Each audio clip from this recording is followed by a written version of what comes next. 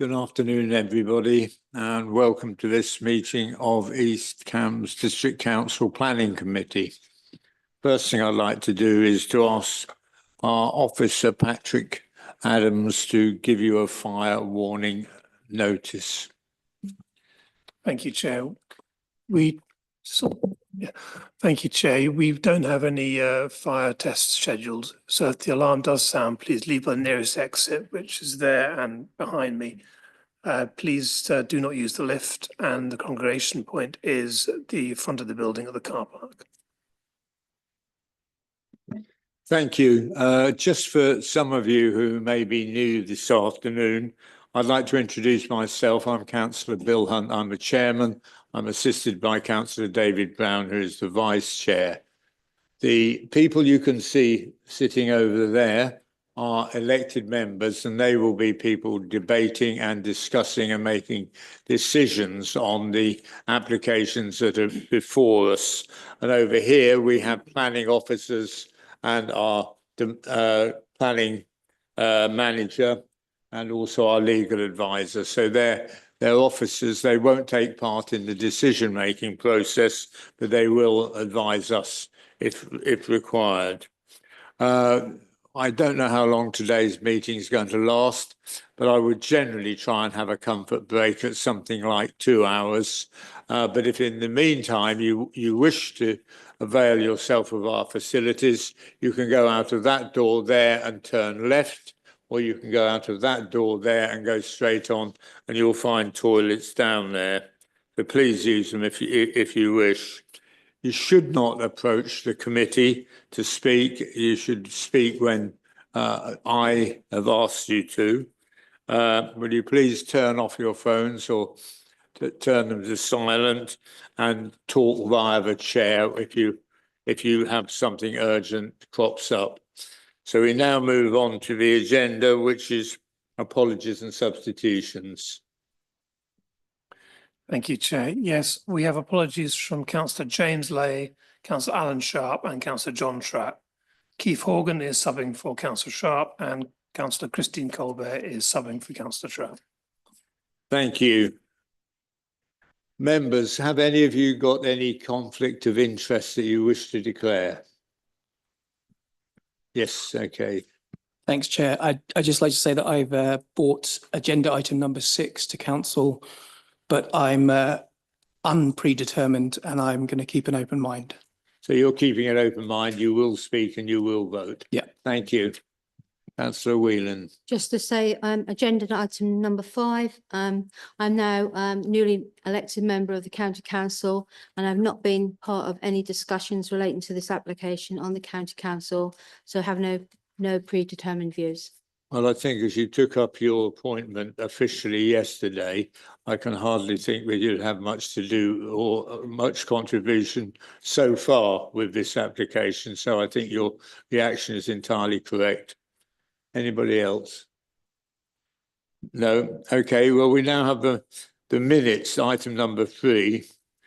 Has any of you got any reason to tell me why I should not sign them off as a correct record? Okay, so that will be signed off by me afterwards. Thank you. Chair's announcements. I've got no new announcements to make, and I've covered any comments I'd like to make earlier in the course of the meeting. So we now move on to item number 5, and can we have the officer's presentation, please? Thank you, Chair. Good afternoon, members. Good afternoon, everyone. Agenda item number 5 is a reserve matters application for various reserve matters relating to a phase 4 of the development now known as Millstone Park in Burwell. It relates to the provision of 18 self-build plots within the site, and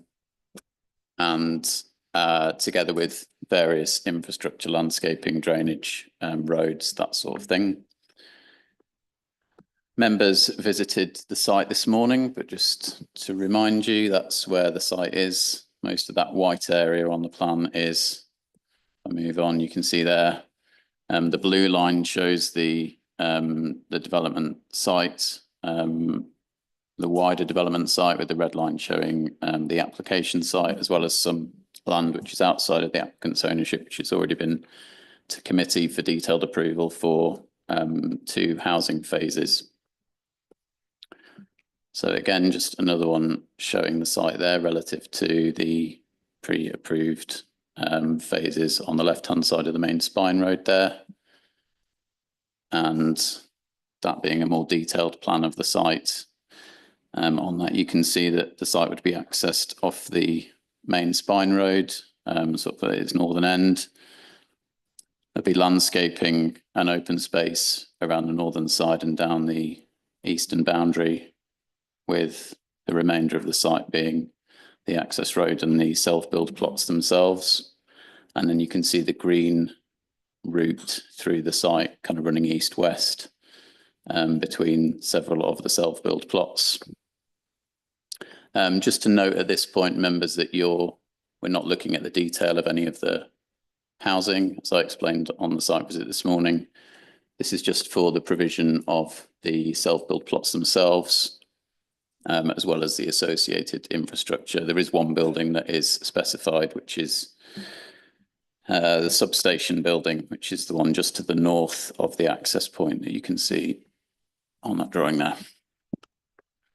Some main considerations being the principle of development, design and landscaping of the site, highway safety and parking, any impacts on residential amenity, both now and in the future, ecological considerations, flood risk and drainage, and the sort of mechanism delivery of self-built homes that I'll talk to you about shortly. So on the principle of development, the site's part of, the wider site is allocated in the local plan for development. As I said, there was an outline permission granted for up to 350 houses. And that outline permission had a legal agreement on it, which required the provision of 5% of the dwellings to be self-build dwellings. So those were secured by the legal agreement. It comes to 17.5 dwellings, and that's been rounded up to 18. And as I said, this site has proposed the 18 that would be sort of sum total of what's required across the wider site. And as I've said, the scheme would provide the plots as well as the associated infrastructure.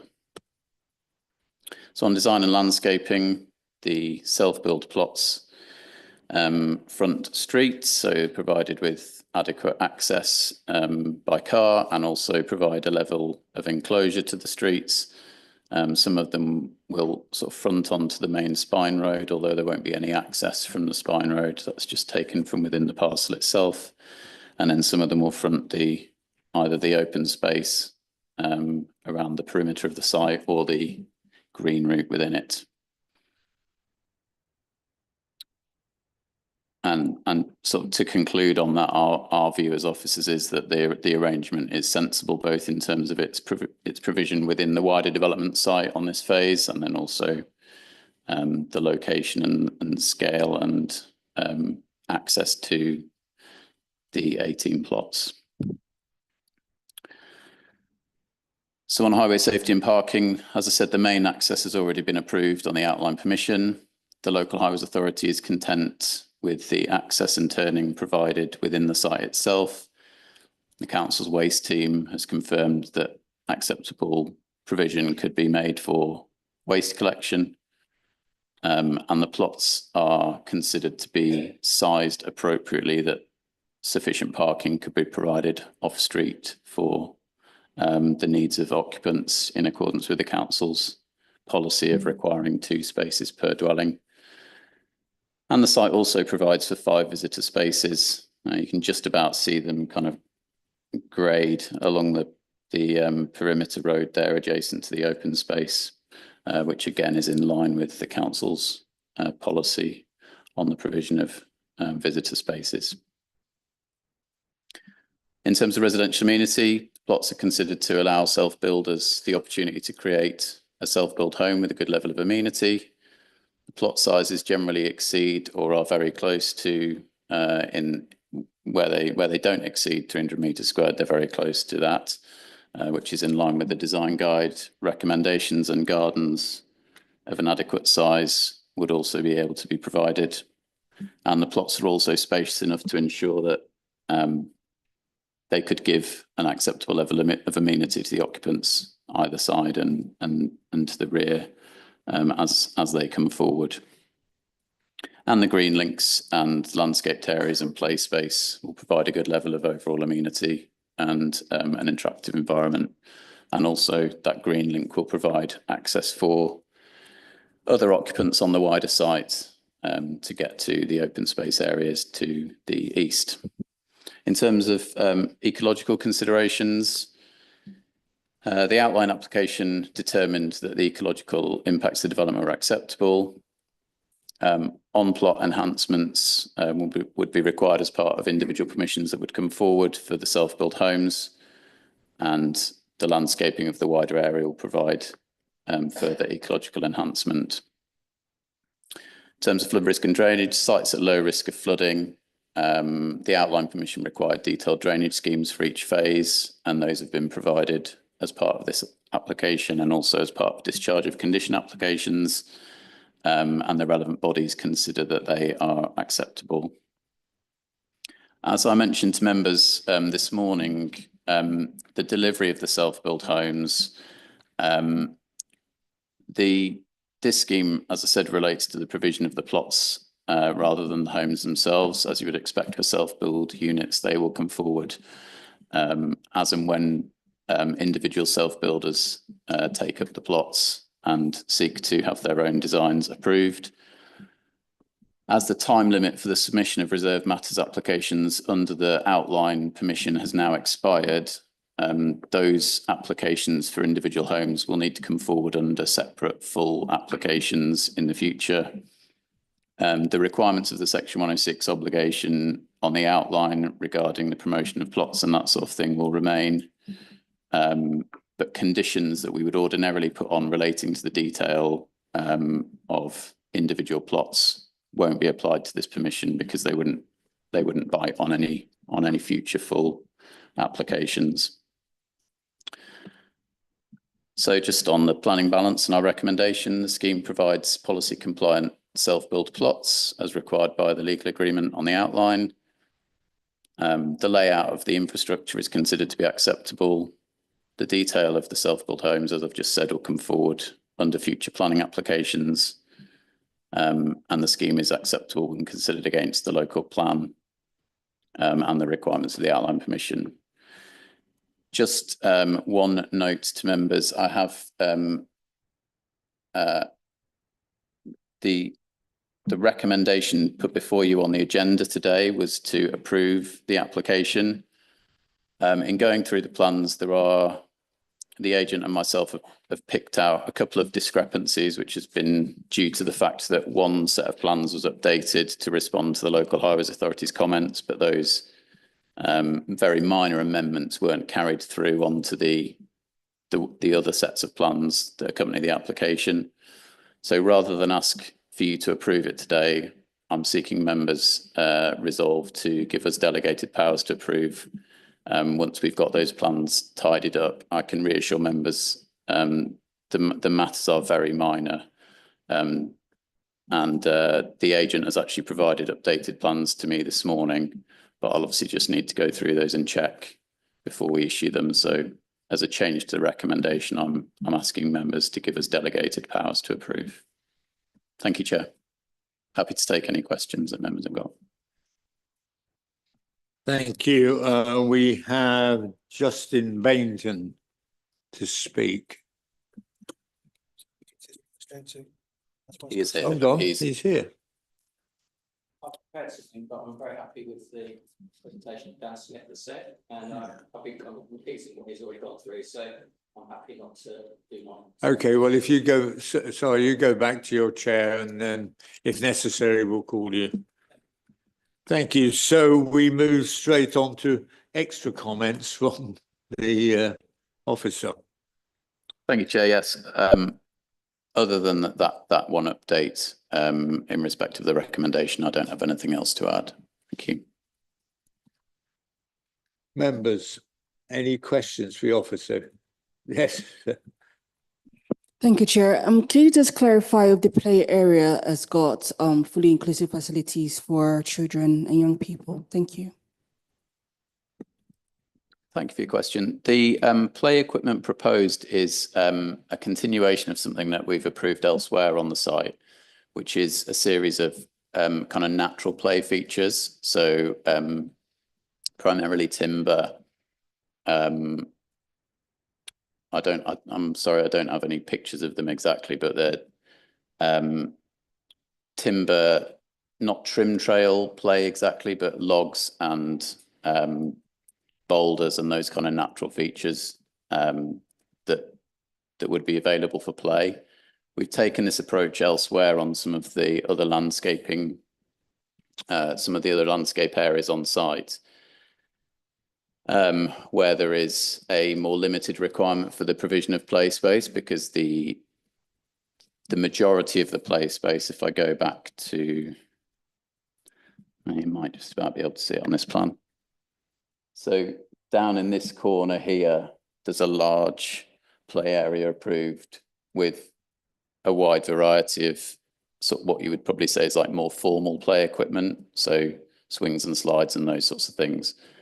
And then elsewhere, just in the landscaped areas. So some of that up here, and then also here, we've taken the approach of having more informal, natural play equipment. I don't know if that answers your question or not, but that's kind of the approach that's been taken. I'm just wanting to find out if they're fully inclusive to include young children in wheelchairs, for instance, or sensory needs. Yeah, I can't say that the ones on this element would be necessarily, because I think they're primarily, as I said, natural features, sort of climbing type play. I know that the play equipment provided in the main play areas is, and that's kind of where the majority of the play provision has been focused for the wider site on those specific areas. And these are kind of sort of seen as slightly, you know, more incidental, smaller areas of play. Thank you. Where you go. Yeah, thank you. Same point, but presumably it'll be laid out in such a way that if anyone were to try to access it in a wheelchair, they wouldn't be unable to get in. That's, you know, I think that's quite an important point, that they wouldn't be shut out entirely. No, they'll be accessed by a series of paths which kind of interlink various elements of the site. So as I said, you've got the green route which runs across the site between phase 2A and this phase through to the open space. Okay. There are a series of paths provided as part of that, which then also link up to some of the paths up in this area. So yeah, there is provision for access. Just in terms of the individual play equipment, I can't say hand on heart that they're all absolutely accessible, but those areas are. Sorry, and the other point I'd like to inquire about, please, is the self-built homes. At what point, well, I'm assuming the main roads through that bit will be made up to adoptable standard at some point. How will that work? Because people are obviously going to wish to buy the sites dotted about. Yeah, so my understanding is that the developer's intention is to provide all of the infrastructure here, certainly in terms of the roads, to enable, you know, to enable the promotion of those self-built plots. We have got a condition on one of the conditions that is on this permission is that prior to the development of any of those individual plots, that the roads are provided at least to that plot so that they can be accessed. But as I said on the site visit this morning, there is a level of promotion that goes into seeking buyers and developers for these individual plots, which will take place. My understanding is that the infrastructure will be provided to kind of enable that. Okay, thank you very much. We are on questions to the office, so we will get on to debate. Councillor Ambrose Smith. Thank you. Are formal visitor spaces included? Do I remember you mentioning 3? 2. I don't know if I said the number. I said two per plot for the dwellings, but I can show you where they are on this plan, hopefully. So there's 2 visitor spaces there, 2 visitor spaces there, and a single visitor space there. So that's 5 across, you know, this relatively small part of the site for 18 dwellings. So the way the council's policy works on visitor spaces is it's done on a percentage of the number of dwellings being proposed. So in this case, the provision is actually slightly high, but we're talking about very small numbers of dwellings and spaces, obviously, but it does meet the requirement for visitor parking. I'm not entirely sure how large the dwellings are likely to be. I would imagine something along the lines of perhaps 4-bedroom houses. That being the case, if they perhaps have 2 parking spaces per plot, if you have 4 adults, for instance, living in a house, you may possibly have 4 parking spaces. Someone might have a vehicle in connection with their work, you know, so that's quite a lot of vehicles. I know some of the plots may only have 1 vehicle, but nevertheless, you don't go and park on your neighbour's plot 2 down because they've only got 1 vehicle, do you? Do you believe that there is sufficient parking on these plots? Thank you for the question. Yes, it is the short answer. As I've said, and as you know, the detail of what's coming forward on each plot is unknown at this stage. We just have to be satisfied that a suitable level of connection from a vehicular point of view is provided, and then that there is a good chance that this sort of orientation and size of the plot means that satisfactory parking could be provided. My reference to 2 spaces per dwelling is simply a reiteration of the council's policy. That is actually a maximum standard. So we generally seek up to 2 spaces per dwelling, although in areas which are not served well by public transport, we do normally look to achieve the level of 2 spaces. We're not in a position to insist on more than that usually. I would say 2 spaces is about the average provided on plot across the site more generally. And then inevitably there may be some on-street parking which occurs. I suppose in this case, people will be designing their own homes, and if they know they want more parking, they will be able to provide it on the plots. Similarly to if you were buying a new house and it had insufficient parking for your needs, you wouldn't necessarily purchase it. So I think we're doing all we can as far as the policy goes to provide an adequate level of parking, and we wouldn't be in a position to insist on any more, whilst accepting there are cases where people may own 3 cars and may need to park 1 on the street. Thank you. Councillor Goodell. Thank you, Chair. My question's in 2 parts, Dan. First of all, is there a period of time for when the plots have to be sold by? And secondly, what would happen with the plots that are unsold? Thank you for your question, Councillor Goodell. Yes, the legal agreement sets out the requirements for the length of time that the plots are marketed for. So there's a provision within the legal agreement on the outline application that the plots have to be marketed for a period of 12 months for self-builders.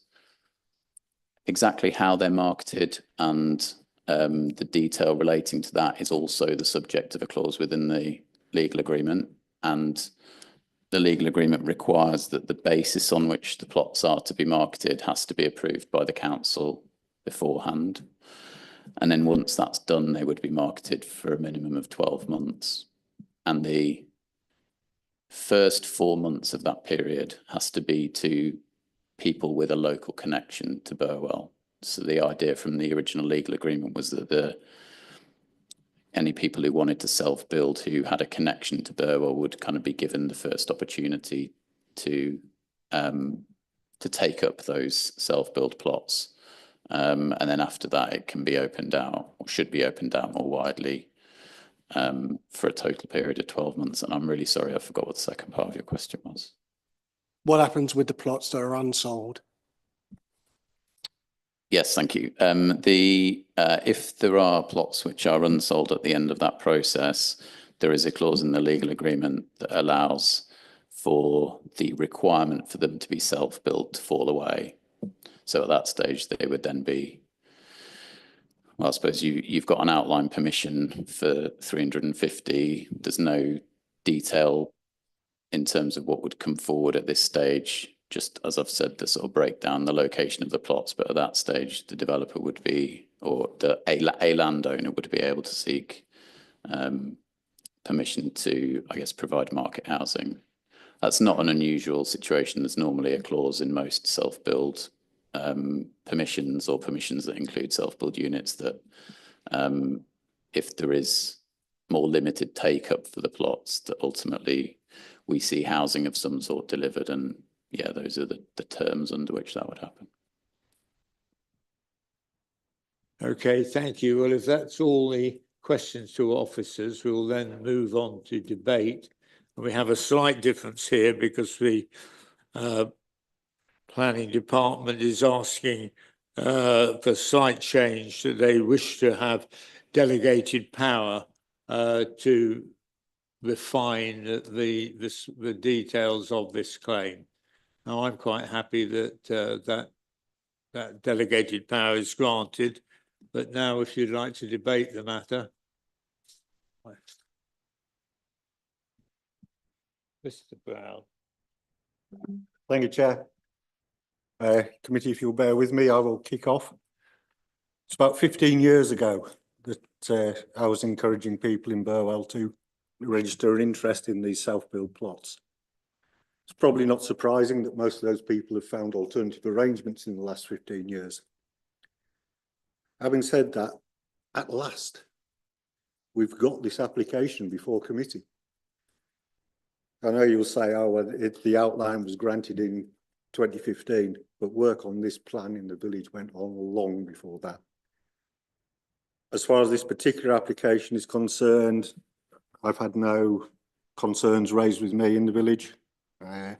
It hasn't been controversial at all, as opposed to some of the other housing applications that have come through and will come through in the future. And I'm more than happy to propose the opposite recommendation for delegated powers to sort out those final bits on the plans. Okay, well, I make a note that we've received your proposal, Councillor Brown. Other members, Councillor Akinwale. Thank you, Chair. I'm happy to support Councillor Brown proposal. Thank you.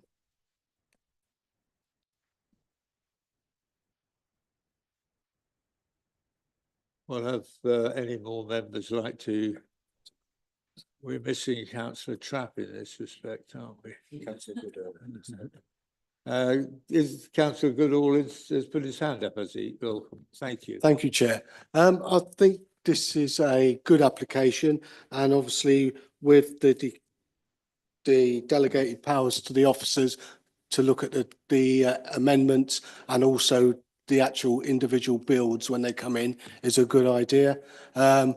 Obviously, I'd like stuff to come to committee if it is controversial for people to debate. So if a certain design in the plot they find unacceptable, or if it, they feel we as the committee should look at it, then that's also a thing that should happen. But all in all, I'm agreeable to this procedure.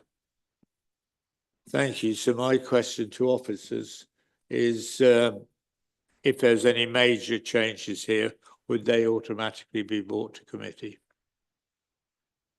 If between now, yeah, major. if between now and then we found that some major changes were needed on this application, yes, we would return it to committee. I don't envisage that. Councillor Goodall's question, if I can just comment on that, is an interesting one, because we as part of approving the 2015 outline application in 2018, this committee resolved that any future phases containing housing, I think it is, would come back to committee. Obviously that, as it stands, might indicate that that any future self-build applications come back to committee.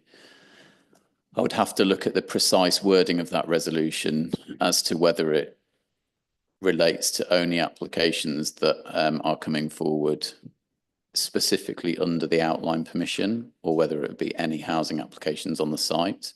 I don't think it's, in my opinion, critical for us to nail that down now, unless members want to take a view on requiring that.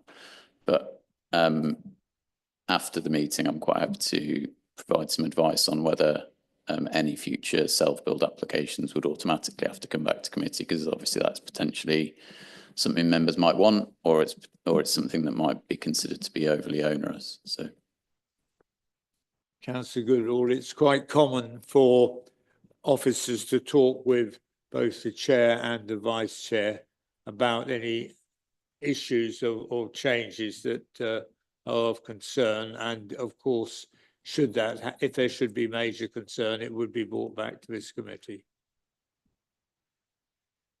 Thank you, Chair. Okay, so we're now going to go to the vote, and we have a proposal from Councillor Brown, and it's been seconded by Councillor Akinwale, and I'm going to go to the vote now. So all those in favour of agreeing with Councillor Brown's proposal, please raise their hands. Okay. 10 in favour, Chair. 11. Well, I think that was that Councillor Wilson, you're with us now. Thank you. Was that unanimous? Okay, thank you very much indeed. So therefore, it was a unanimous decision, and if any of you in the audience and you wish to leave, then of course you're welcome to. We will now move on to item number 6, I beg your pardon. Councillor, item number 6, and can we have the officer's presentation, please? Thank you, Chair. Good afternoon, members. I'm going to present an application which relates to a new agricultural dwelling at the land northeast of Maple Farm in Ely. The application site is a triangular parcel of land located to the north of Maple Farm and across the A10 from Ely, outside of the development envelope, and therefore considered to be in the countryside. The proposed dwelling would be accessed via a public right-of-way, and the site forms part of the wider Maple Farm Hurst Farm enterprise under the same ownership. 2 agricultural dwellings already exist on the site, which are restricted to agricultural occupancy.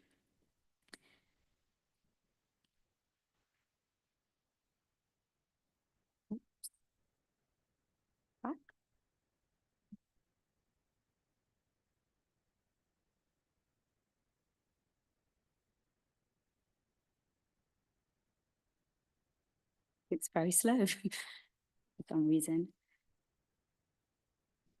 There we go. There are site photos here, which are views of the application site. And obviously you can see views towards Maple Farm and also the 2 agricultural dwellings which currently exist on site. The proposal seeks planning permission for the erection of a 3rd agricultural dwelling at the site, comprising a 3-bedroom detached property with landscaping and car parking. There is some background to this application. The application follows on from 3 previously refused applications for a 3rd agricultural dwelling. In 2019, a new agricultural dwelling located on Hurst Farm was proposed, and it was refused on 2 grounds. The first was due to the inadequate justification for the need for an additional permanent dwelling for a rural worker, contrary to the requirements of policy HOU 5. The second reason was that due to the size of the curtilage of the site, it would result in an encroachment into the countryside. The second application was a resubmission of the first and refused at Planning Committee for the same reasons. The third application was also to the south of Hurst Farm, however, had a much smaller curtilage, so the second reason for refusal relating to encroachment into the countryside fell away. However, it was still not demonstrated that an additional permanent dwelling for a rural worker was needed. That application was also dismissed at appeal. In this application, the key differences are that the application site is now located towards the rear, further north of Maple Farm, and the dwelling is now a two-storey dwelling as opposed to a single-storey dwelling. And the main reason for the third occupational dwelling would enable one of the owners to retire from the business and continue to reside in the existing dwelling. In terms of the principle of development, as noted in the inspector's report, the site is outside of the development envelope of Ely and therefore conflicts with Growth 2 policy of the local plan. Both local and national policies seek to avoid isolated dwellings in the countryside unless it is demonstrated that the dwelling is essential to the needs of the business. Out of the 5 relevant points within policy HOU 5 of the local plan, the proposal fails to meet 4 of them. The first one, it can be demonstrated that the dwelling is essential to the needs of the business. Now, the main justification for a third dwelling on this holding is that the senior member of the business is retiring and wishes to remain living on the farm, and a new member of staff will be employed. Whilst it is reasonable that the retiring partner in the business should wish to remain living on the farm, there is no evidence put forward that he is retiring. Additional guidance on how to assess this particular justification is referenced in the MPPG. And in assessing isolated homes in the countryside for rural workers, this considers whether the provision of an additional dwelling on site is essential for the continued viability of a farming business through the farm succession process. There is insufficient information provided within the submission with regards to the historical and continued profitability and viability of the business, given the absence of calculation methodology and cash flow statements. So actually, it is not possible to confirm the business will be viable. With regards to farm succession, it is not enough to state that the age of a person constitutes the commencement of the farm succession process. No evidence of the retirement and transfer of the business to the next generation has been provided or timeframes have been disclosed. Furthermore, even if farm succession had been demonstrated, once the second dwelling no longer meets the requirements of the agricultural worker condition, there would be 3 dwellings on the site for which there has not been a demonstrable need provided. That means there would be excess provision. As the red line only outlines the application site, Section 106 should have been secured to tie the use of multiple dwellings together and ensure that all 3 dwellings remain in common ownership, not disposed of separately, and ensure that they remain part of the agricultural use on site. However, there is no legal agreement in place. On this basis, and given the lack of information demonstrating that the farm succession process has been undertaken, this criteria has not been met. The second is it should be demonstrated that the enterprise has been established for at least 3 years and is and should remain financially viable. It is noted that the business appears to have been established for approximately 40 years. However, no accounts have been provided and no budgets produced to demonstrate the business is financially sound. Furthermore, no calculation methodology or profitability have been shown or any kind of financial budget indicating how the expansion of the business would work financially.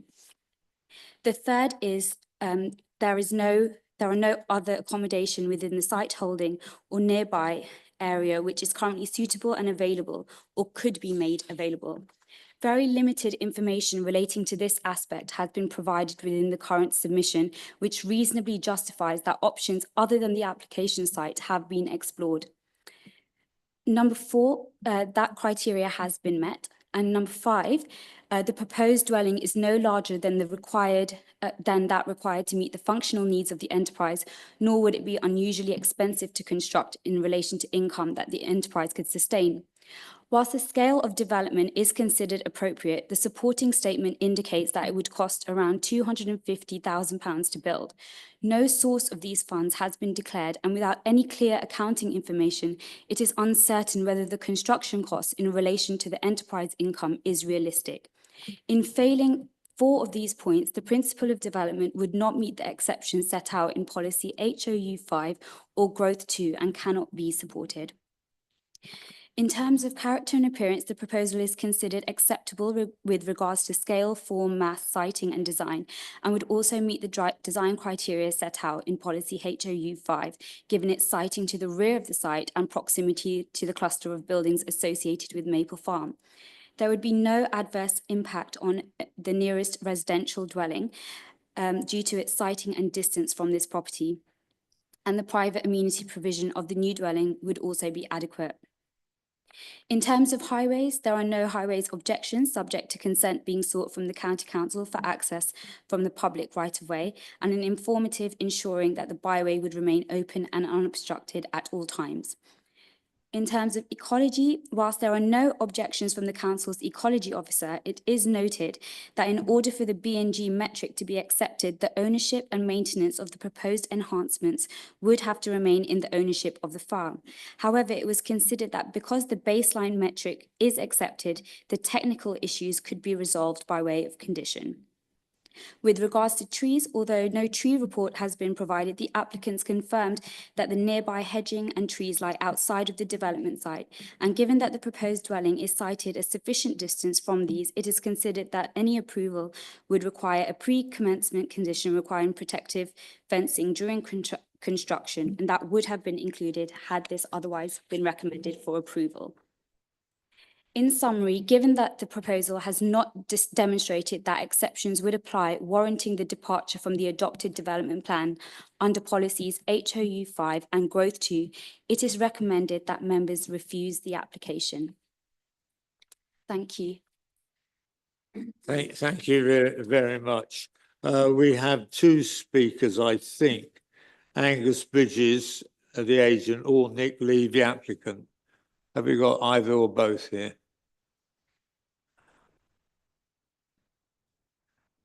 You have 5 minutes, and please switch your microphone on and start at your leisure.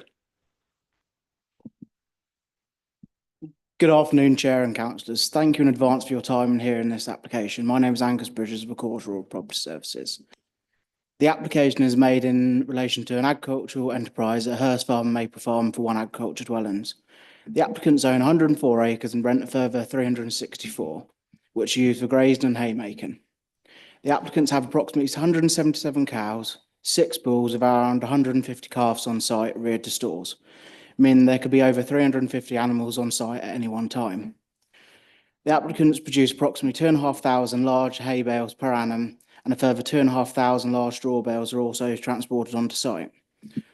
The labour on site is provided by Mr. Nick Lee and his father, Mr. John Lee, with part-time support given during peak periods.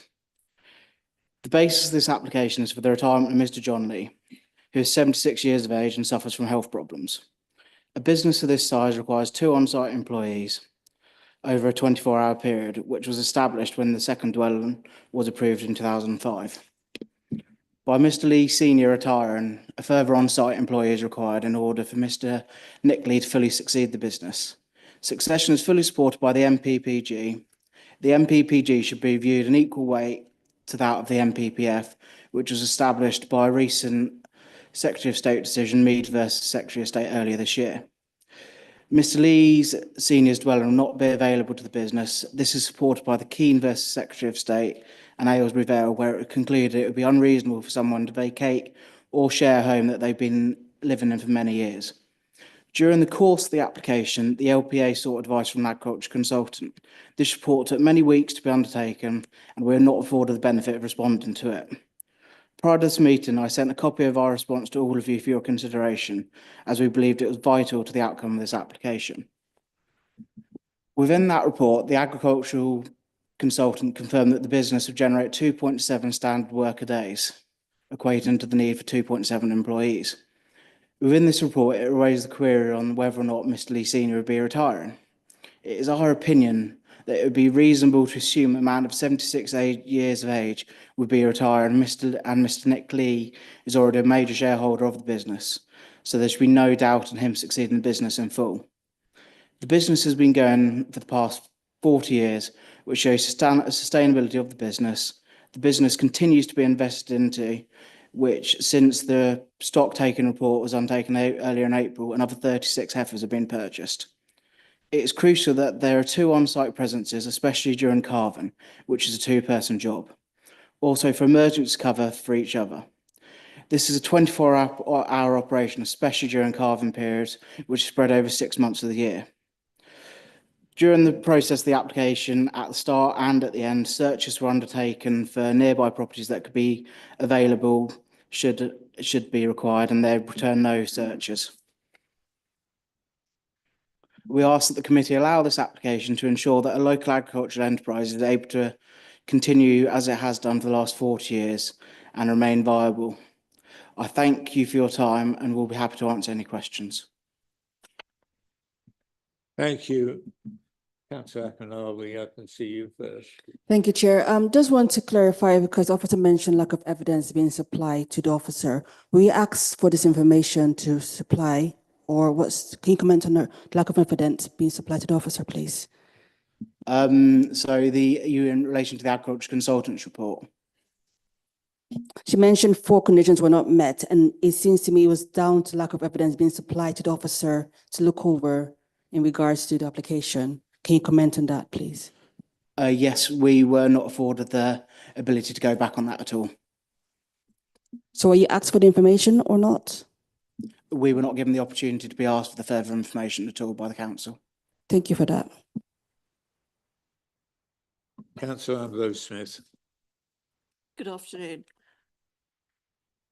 Looking for a competent agricultural person to support the owners would, I assume that they are not too thick on the ground necessarily, and the opportunity to have a good home of reasonable standard and size on site that goes with the job would be a great inducement to apply for a vacancy. Is that fair to say?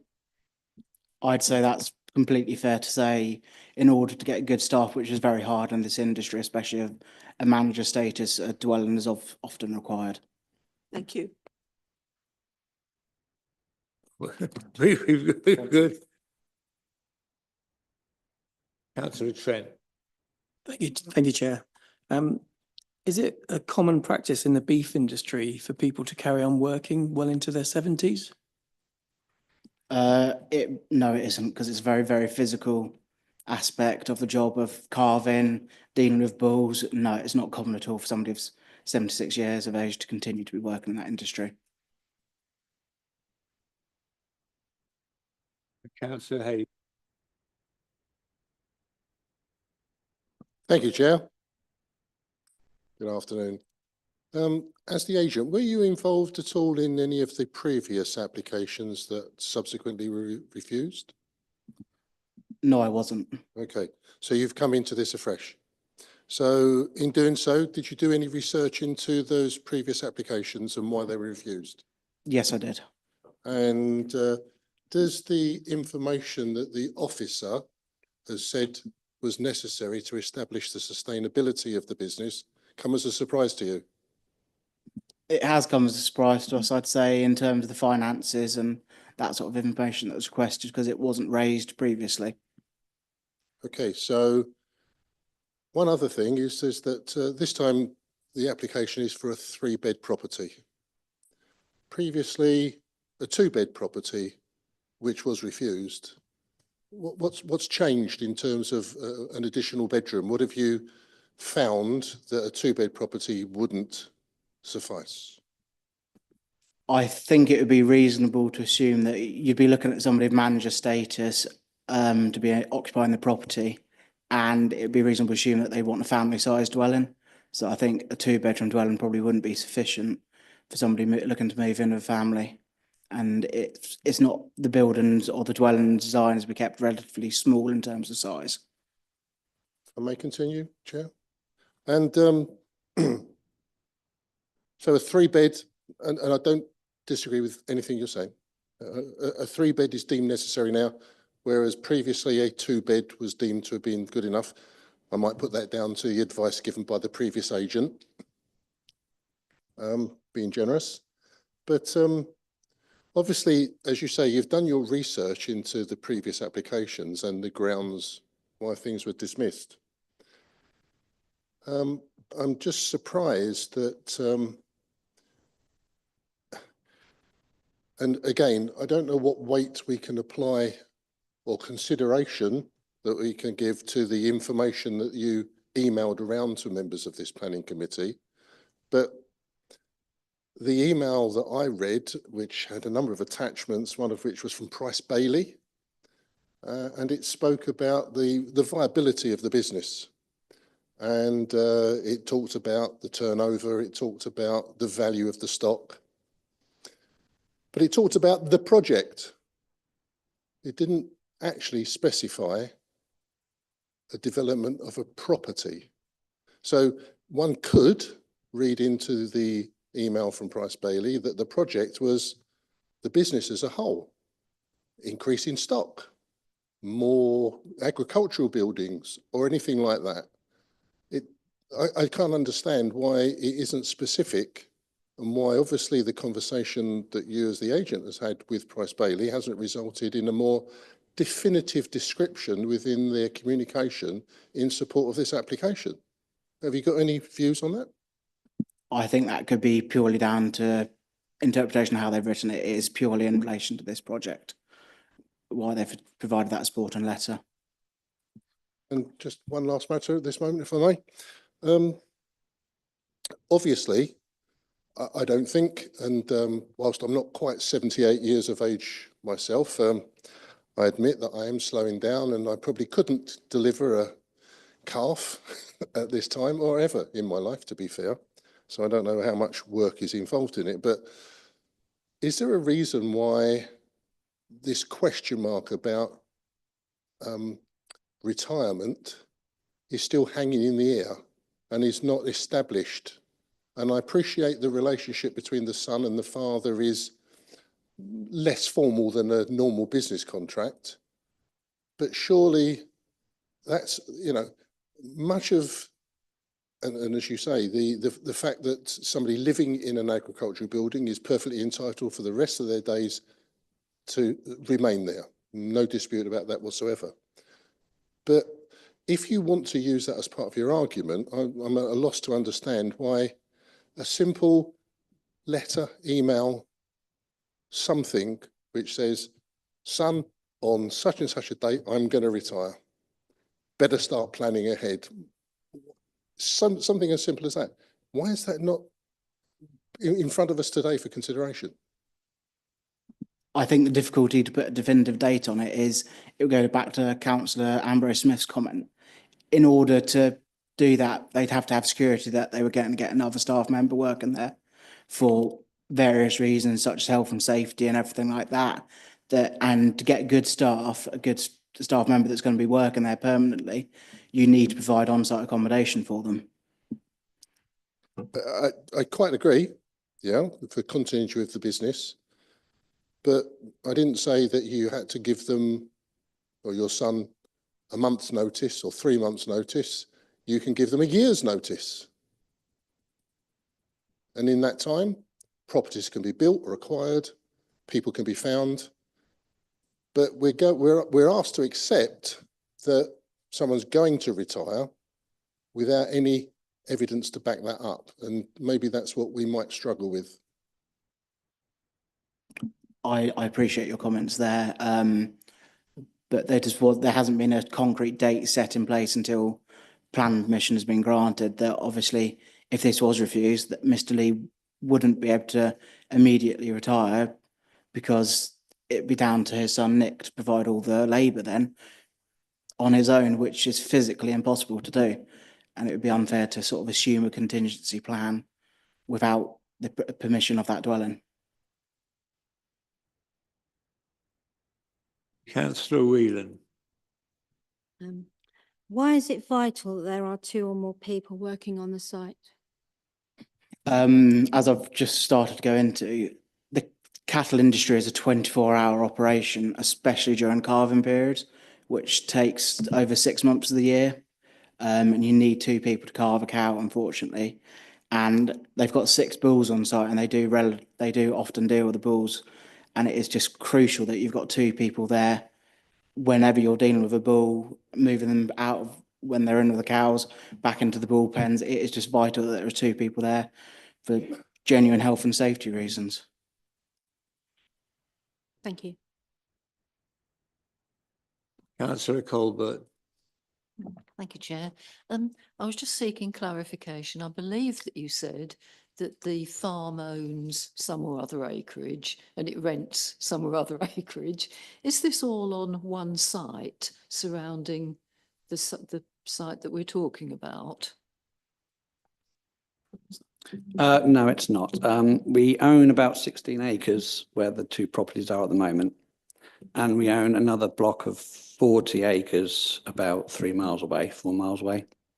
And another block of 34 acres about 5 miles away. And the rest of the rented land goes as far as Exning, the Newmarket, Denny Abbey. We have the grassland there. The grassland at Denny we've had for 25 years. We've got some marshland the other side of Ely, what we've had for 30 years. But the Exning land we've only just taken on in the last 3 or 4 years, plus other small parcels of land that are dotted around as well. But they're the main 3 bulks of land that we rent, apart from the fields we own. Okay, thank you. I was just trying to get some sort of understanding of where the main activity of the business is. So are some of these sites just grazing land where you move the stock around? Yeah, it's all, those additional blocks of land are all grazing or used for haymaking.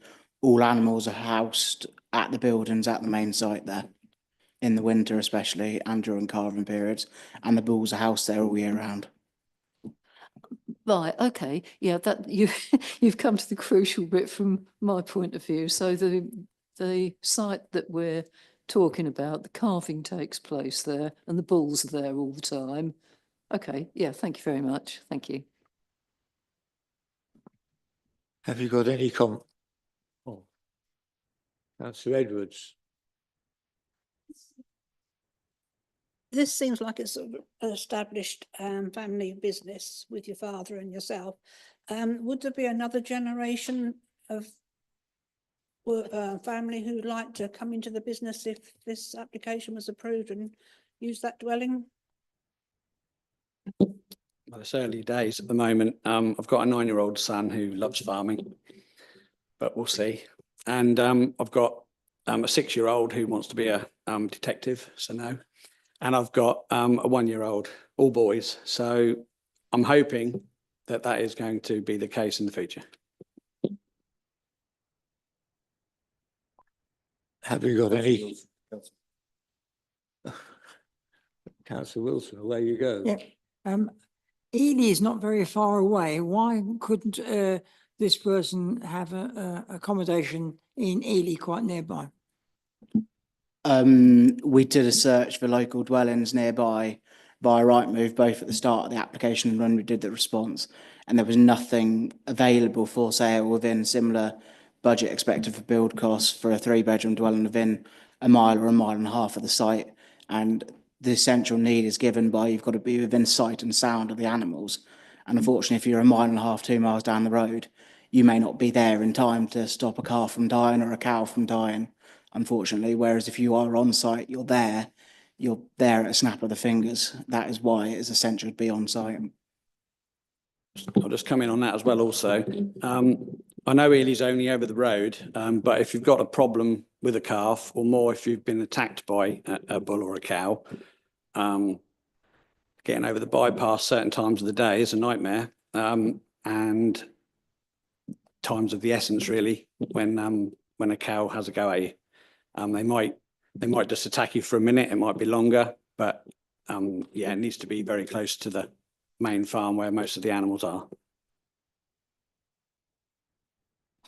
Comments from Selina, if you've got any. I have no further comments. Thank you. Okay, so we.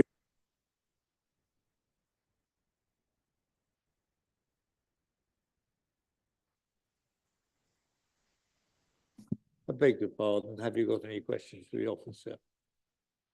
Please go ahead. Thank you, Chair. I just want to clarify, going back to the conditions being met and the evidence being provided. Should this evidence be provided to you, will you be satisfied with the conditions and criteria being met for the application to go forward?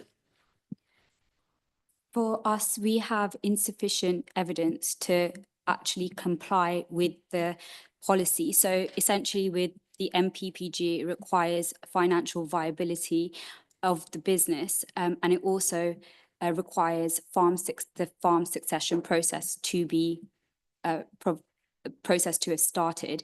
We have no evidence before us that the farm succession process has been commenced.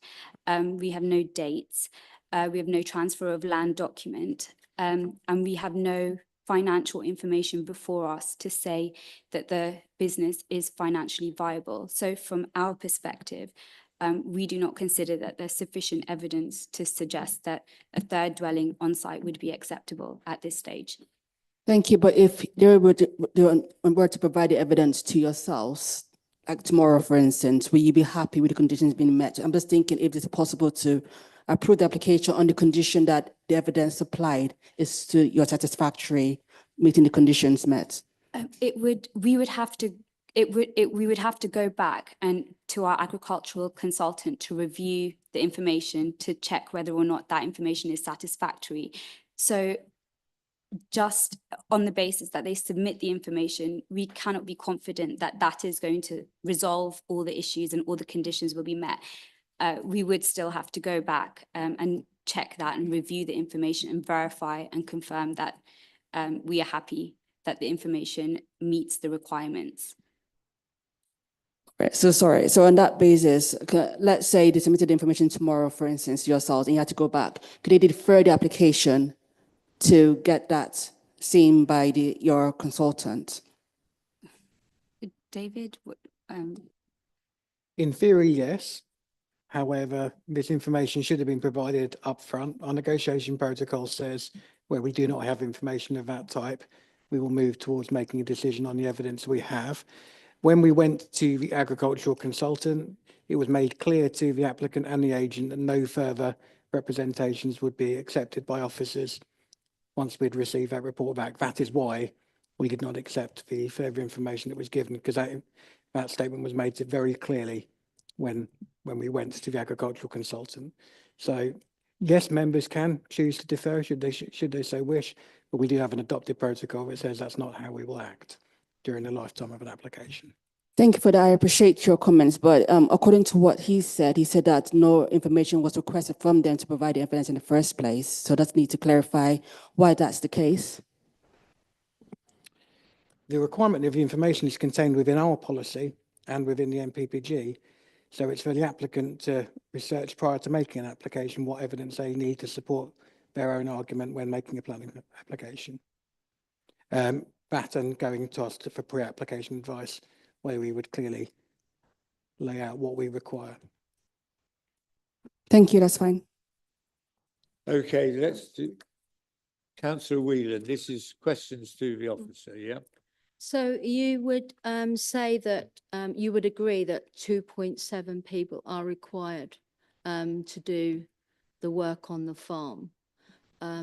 So from that point of view, 2.7 rounded up, as you would do it as basic maths, would be 3 people required, because that was what you would round up to. You don't round down.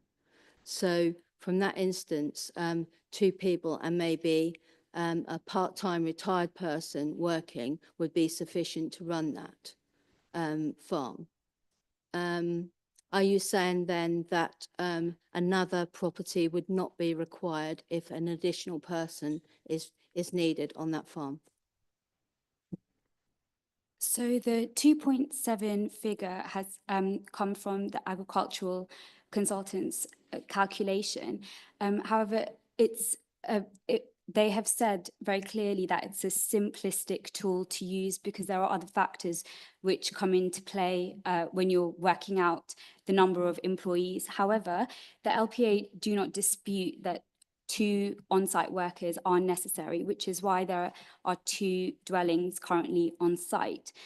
I think the main problem here is that with the third dwelling on site, and there not being any clear evidence to suggest that the farm succession process has occurred, there is an excess provision, because it hasn't actually been demonstrated that there is a need for 3 on-site workers.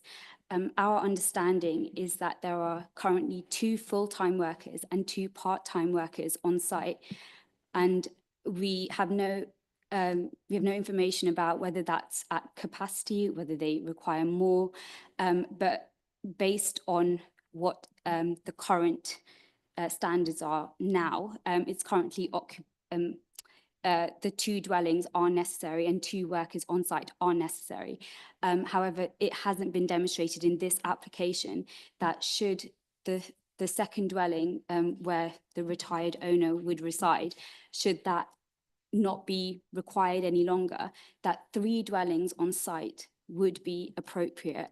And that's what the issue is for us. We need to ensure that this farm succession process is occurring to necessitate a 3rd worker on site. So at this moment in time, we don't have that evidence. Councillor Colbert. Thank you. Sorry, point of clarification, please.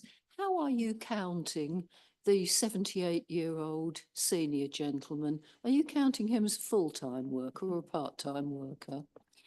At the moment, we are, because there's no evidence of him being retired, he's still counted as a full-time worker on site. The enterprise is still functioning with the employees that are currently that currently exist. So that's 2 full-time on-site workers and 2 part-time workers. From our understanding, we have no information to suggest that the enterprise is not working efficiently on that basis or under the current employment structure. Okay, thank you. Councillor Ambrose-Smith. I understand what you are saying, but can we not accept that a gentleman in his mid-70s, particularly not in good health, cannot say, I'm going to retire at this date when there's no planning permission in place, where a house is yet to be built, a person cannot really... Councillor Ambrose-Smith, I'm really struggling to have this down as a question to officers, and think more appropriate to have it in the debate section. So which we will get to very shortly. I was going to go on to ask the... We'll have one more question to the officer. These facts. I understand. Oh, you have one more question to the officer. Well, it was a question, but I will pass on that. Do you want me to come back very quickly? Yes, you come back and answer that. I think the simple answer, Councillor Ambrose-Smith, is officer's report has covered that. We require the evidence so we're able to say that that policy has been met. Without that evidence, we could not hand on heart say that the policy has been met. Obviously, it's now for members to weigh that up and to come to their own conclusions, but that's why the officer has led in that direction. So we are, Councillor Wilson. You say that you're not sure whether the business is viable because you haven't been given figures, but isn't the fact that it's been going for what is 30 or 40 years, isn't that a proof that it's viable? From the assessment that we have before us, from the agricultural consultant, based on the figures that we were also given in the planning statement, it actually doesn't show from historical records that the business is currently profitable. And I think that's where there's a little bit of a discrepancy, because there is not clear information before us to suggest through cash flows, cash flow accounting, that the business is actually viable. And that's why we have been advised that there is a little bit of a discrepancy. So it's not clear that it is a financially viable business. Councillor Horgan, I think I've got you down here. Thank you, Chair. Happy to contribute. Just a couple of things I wanted to check up. I'm hearing that the guidance that the applicant should use in terms of what is it the planning office needs is outlined, did you say in the NPPG?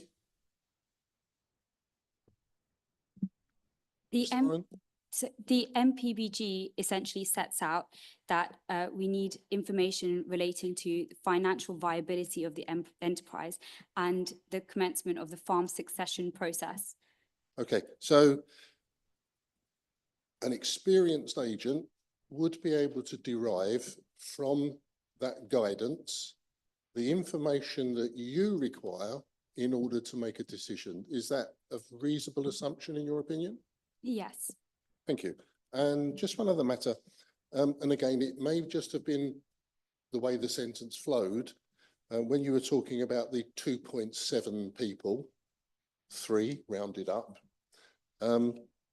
you said 2 on site and 2 part-time people also on site. Are those part-time people permanently on site? Are they permanently on site now? I mean, what is their accommodation?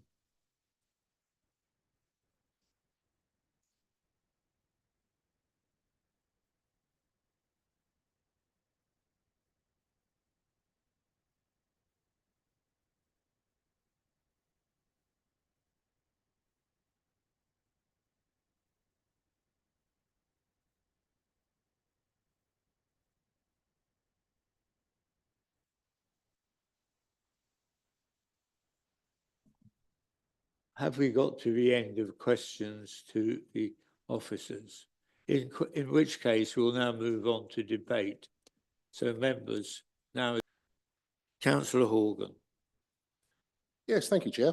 I was interested in this particular application to the extent that I gave up my bank holiday Monday doing some research. And albeit from emails that were sent to us, which had attachments of Rightmove searches and what have you, I thought, well, I'm in front of my computer, I'll do my own Rightmove search. And I found within the 1 mile radius that the applicant had previously attempted to find 4 properties, a 2-bed apartment, 175,000, a 2-bed end of terrace, 275, the 2-bed maisonette, 225. Then realising the application was now for a 3-bedroom property, I found a 3-bed property within 1 mile in Ely at £255,000. And I'm thinking, okay, if you take at face value that do the people really need to be on site, not knowing when the elderly father is going to retire, if there was an opportunity to move a little further out, extend the radius a little further, and I found a 3-bedroom property in Little Downham at 250,000. And then I came across something of particular interest, I thought, to me anyway, basically because I don't like spending money. And in Littleport, albeit 4 miles from the property, but you don't need to touch a main road to get there. You can access the property via the back roads. There was a brand new housing development involving a number of 3-bed shared ownership properties where for £114,000, you could own 40% of the property and rent the other 60%. But they would consider any offers to the property which varied the percentage that you could buy for the property, which was valued at £285,000, of between 10% of the property value and 80%, and then you would stair step to owning the 100%. Now, owning 40% of a property at 114,000 is obviously less than half of what you would spend on building a property. Plus, it could afford you enough money to put a temporary porta cabin or something like that on site that could be occupied by somebody, if necessary, during the peak calving period. So there were options available if you thought of them. So that interested me. Secondly, with employing a professional agent, you would expect, I think, reasonably as an applicant, that research that the person had done would look at the history, would look at the guidance of what information is necessary, and we wouldn't have this question mark about, well, we can't decide because policy says, no, without this information, you can't accept it. And yet we seem to be arguing an awful lot about information which hasn't been presented to our officers for consideration. So as much as it might grieve me, I am at this moment leaning towards the officer's recommendation. Thank you. I'm making a note that you are reserving your right to. I'm still reserving my right, yes, and I heard some options here which may not be our preferred option, but it could give us a plan B. So, members, more debate. Councillor Ambrose Smith. The shared ownership properties, were you assuming that the business would buy this for the benefit of the employee, or were you thinking that the employee would buy this to be able to take up a job? It then raises the questions in my mind. Business was to purchase the shared ownership property. I'm sure that would not fit in with mortgage or shared ownership rules, shall we say, for want of a better expression. If the employee was to enter into a shared ownership property,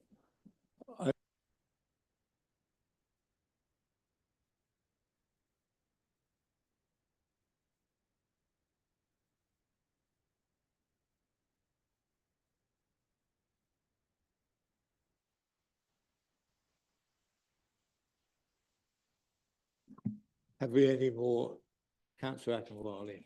Thank you, Chair. I'd like to go towards the route of the deferral route if possible, just because I'm not sure if you can explain also. I don't know if he's allowed to explain why, if according to the guidance, he was meant to obviously be able to derive the evidence to be supplied to the officer. I don't know if you want to comment. Is that allowed as to why the evidence, you weren't able to derive that evidence that had to be supplied at the application stage? Is he allowed to speak on that?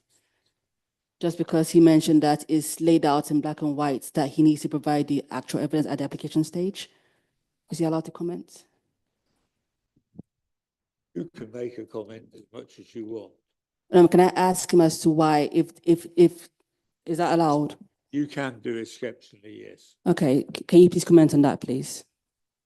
When we made the application, we laid out about the retirement, which is succession. It was detailed within the application specifically about it. And I think, as a councillor has mentioned, I think from our professional point of view, it's one consultee's opinion against another here. I think a man of 76 years of age would be reasonable enough to be retiring. And we also put forward about as another councillor said, the business has been going 40 years. If a business wasn't viable, it wouldn't be going for 40 years. And we have produced turnover figures within the documents as well, and everything like that. We felt that it was supported, what the information we provided at the outset was appropriate for the application. Thank you. And do you agree that the information that he just mentioned, was that supplied to you in regards to the, he just mentioned he supplied that at the application stage, is that correct?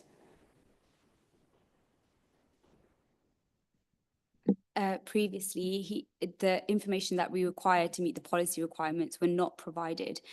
The turnover information was limited to some of the historical profits, and that was considered by the agricultural consultant not to be sufficient or prove that there is a profitable business which is going to be viable in the future.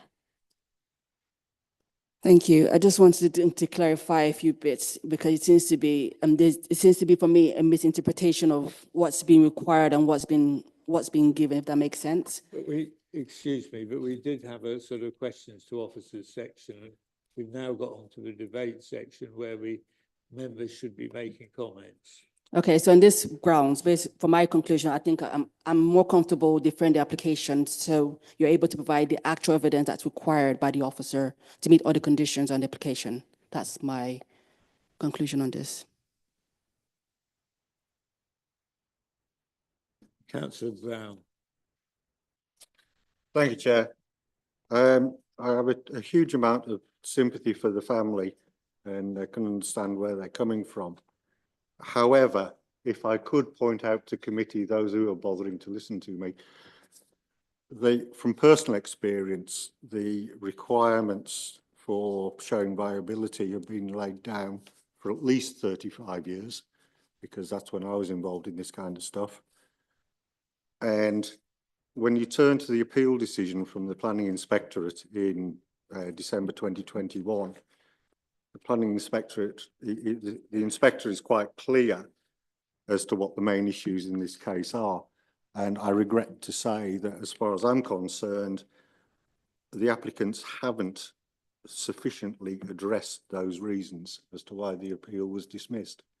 So I am certainly going to go with the officer's recommendation. Thank you. Is that a proposal? It can be, Chair. Yeah. Right, members, I really would appreciate some more debate and also some proposals either in favour or against. Councillor Whelan. I would like to go against the officer's recommendation on this and propose that we go against the officer's recommendation. I feel that the whole situation regarding the business and the viability of the business isn't under question. The fact that they've just bought a load more heifers to me says that the business is viable, and from the point of view of having somebody on site for the health and safety of the workers as well as the animals on the farm is sufficient reason to allow that the application to go ahead and let them build the house so that they can get somebody who can work on site as they are needed. Having somebody 4 miles away is not a viable situation when an animal in stress could die within like minutes, and I just feel that somebody needs to be on site at all times. Members, we have a divided situation here, so I would welcome very much comments from members.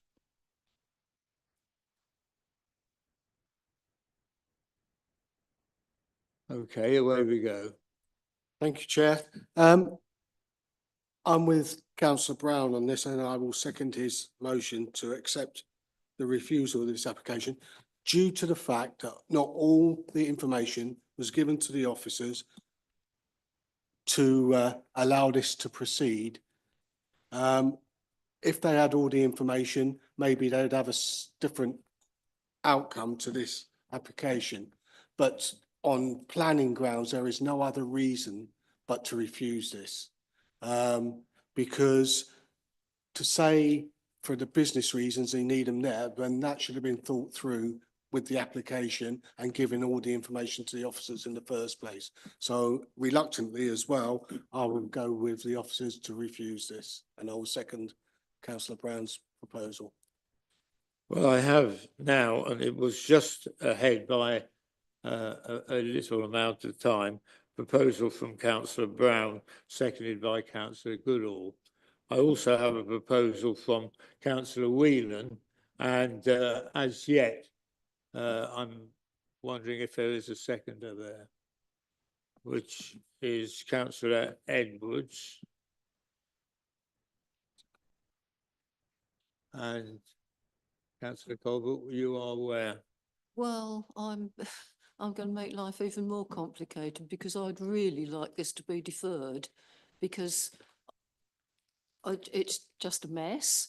I would really like the agent to present more information for the agricultural expert to look at, please, because my inclination is to permit them to go ahead with the development, because I very much feel that there should be another younger and stronger person on site to deal with these animals.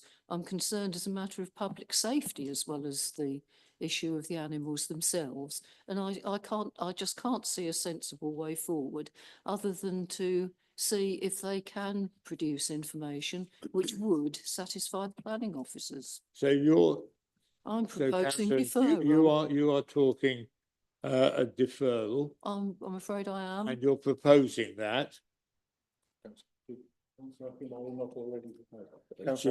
Oh, I got her as going to second it. Okay, so that'll be proposal and second.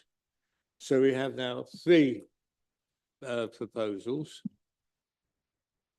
Councillor Wilson.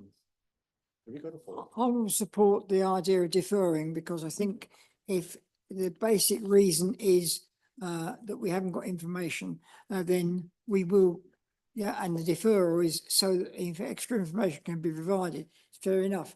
I mean, if this house had got planning permission and was built, it would take probably 2 years before it actually was able to get someone in it. And by that time, Mr. Lee is likely to be 80, and that is definitely too old to be, you know, I think that we probably do need to have the extra information, and we can't approve it without the extra information.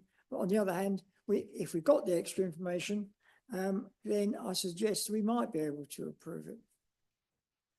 I think the way we're going to handle this one is we had our first proposal from Councillor Brown, and I think we'll go through the three different proposals we have. And that was, so for Councillor Brown, he is seconded by Councillor Goodall, and their proposal is that, and there will be two more proposals. Only if this one doesn't go ahead. Pardon? So only if this one doesn't go ahead. You only go to a second one if you don't. No, of course. Yeah. So Councillor Brown's proposal is that we go with the officer's recommendations. Will those in favour please raise their hands? Two hands, Chair. Will those who are against that please raise their hands? 1, 2, 3, 4, 5, 6, 7, 8. Chair. Are there any abstentions? So what was the result there? 281. 2, 8, 2, 2, 1.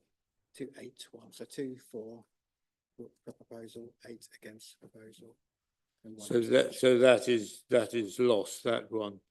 We now go to Councillor Whelan's. Before we do this, can I please ask for some clarifications from members? It's vital. Just excuse me, we will go into discussion for a minute or two.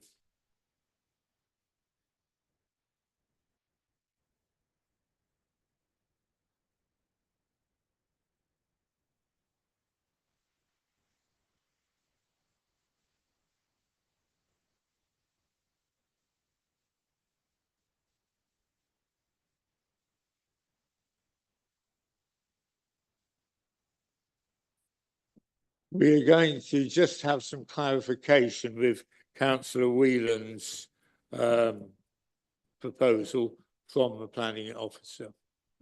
Thank you, Chair. Councillor Whelan, so your proposal is to effectively grant planning permission for the development as received. What I'm asking is clarification on is whether you are willing to delegate to officers, obviously the imposition of conditions as appropriate, but also the ability to negotiate a Section 106 agreement, because both the previous, as you all know, most agriculturally tied dwellings are subject to a Section 106 agreement to make sure they remain as such in perpetuity. So I just want your clarification of that is what members will be voting on. Yeah. Okay, so we're fairly clear now on Councillor Whelan's proposal, which is seconded by councillor Edwards. So all those in favour of councillor Whelan's proposal, please raise their hands. 1, 2, 3, 4, 5, 6, Chair. 6 votes in favour. Will those who are in opposition to that proposal please raise their hands? 1, 2, 3, 4, Chair. Will any abstentions? 1 abstention. So that is carried. Permission's granted. So that is carried, and planning consent is granted, subject to conditions that the manager dictated. And signature of 106. Pardon? And signature of 106. And signature of a 106. So that's it on that item.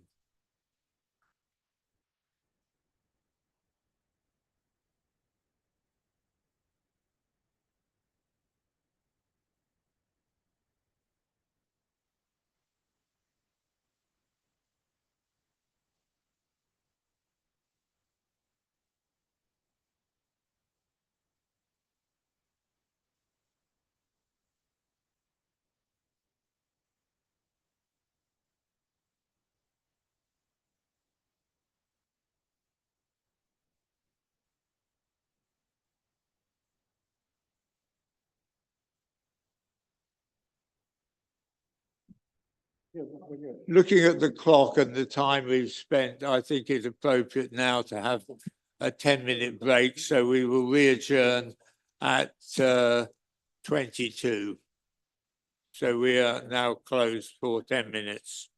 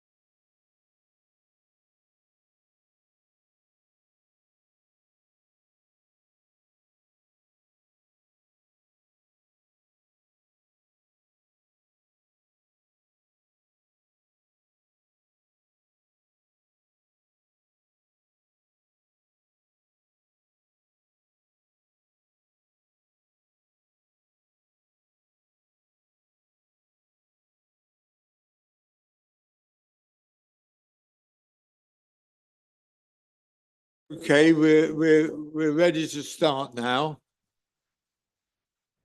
Gentleman in the corner. We're ready to start now.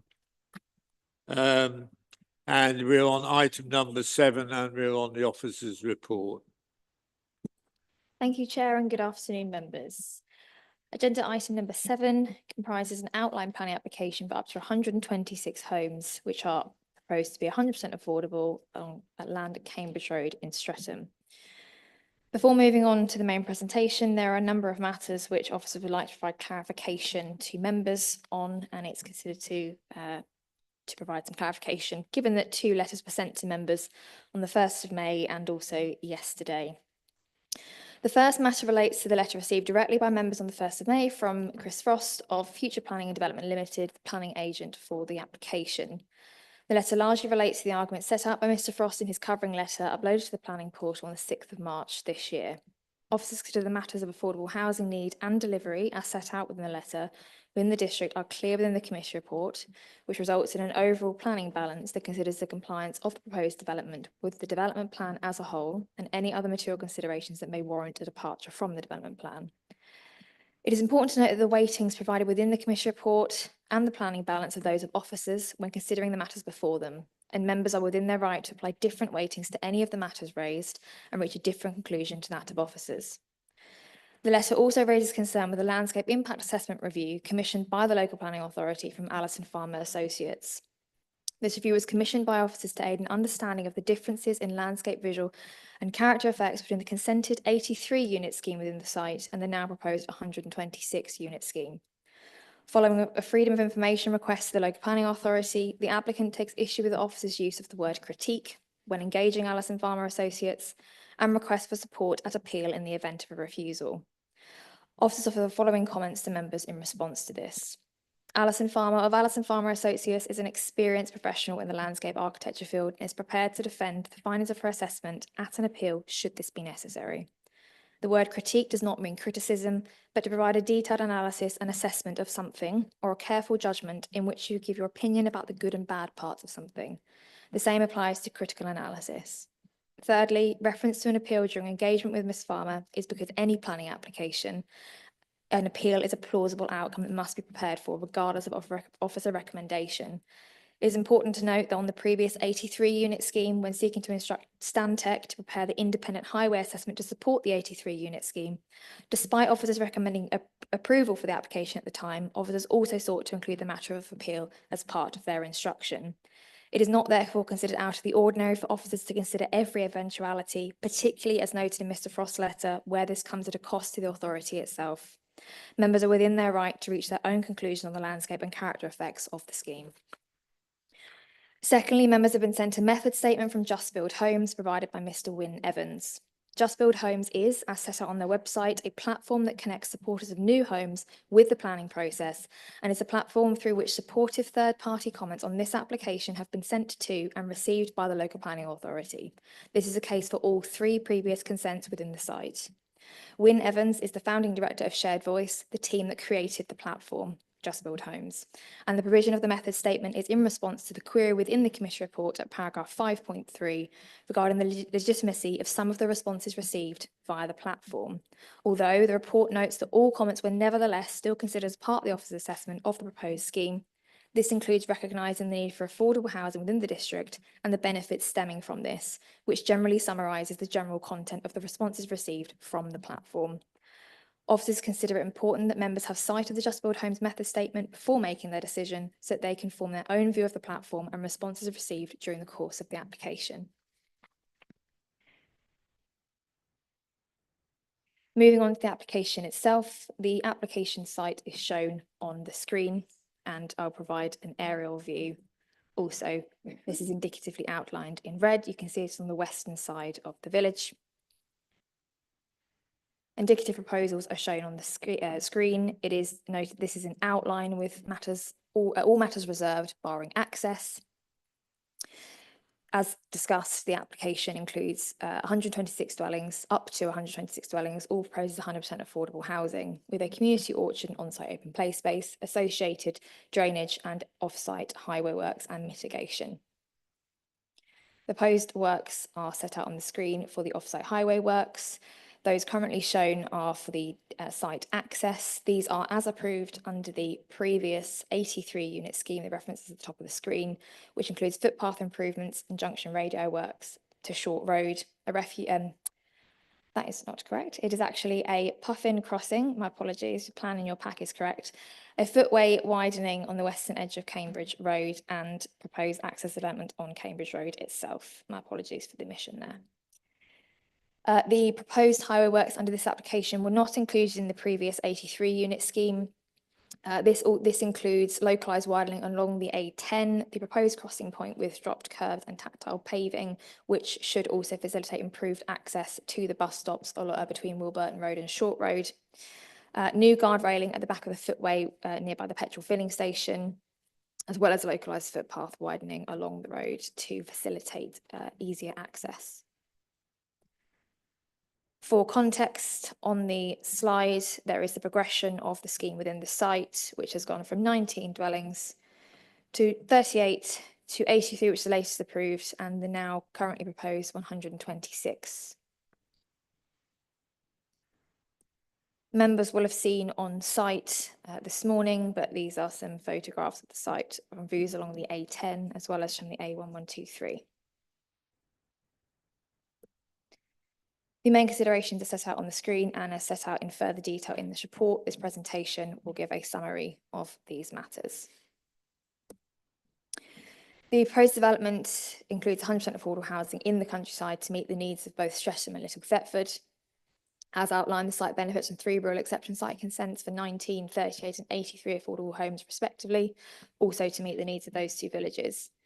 It is considered for the reasons set out more extensively within this Commission report that there is no robustly identified local need for 126 affordable dwellings in this location, and the scheme is not considered appropriate for the scale of the local need or its locality. The proposed development therefore sits in conflict with policy growth 2 and how 4 of the local plan and the objectives of the NPPF in seeking to provide sustainable development. It is, however, important to consider any other material considerations that may warrant a departure from the development plan.